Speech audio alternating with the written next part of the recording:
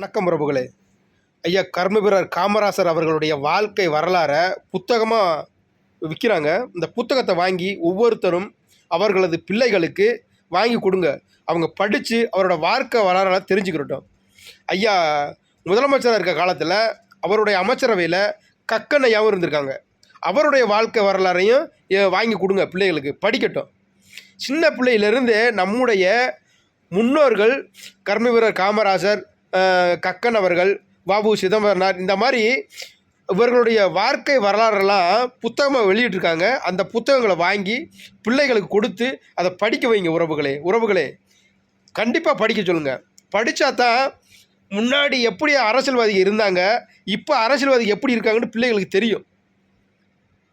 ஓட்டுக்கு காசு வாங்குற எண்ணமே வரவே வராது. இன்னும் வரும் தலைமுறைக்கு ஓட்டுக்கு காசு கேட்க மாட்டான், கேள்வி கேட்பேன். அந்த மாதிரி எண்ணத்தை நீங்கள் விதைங்க உறவுகளே.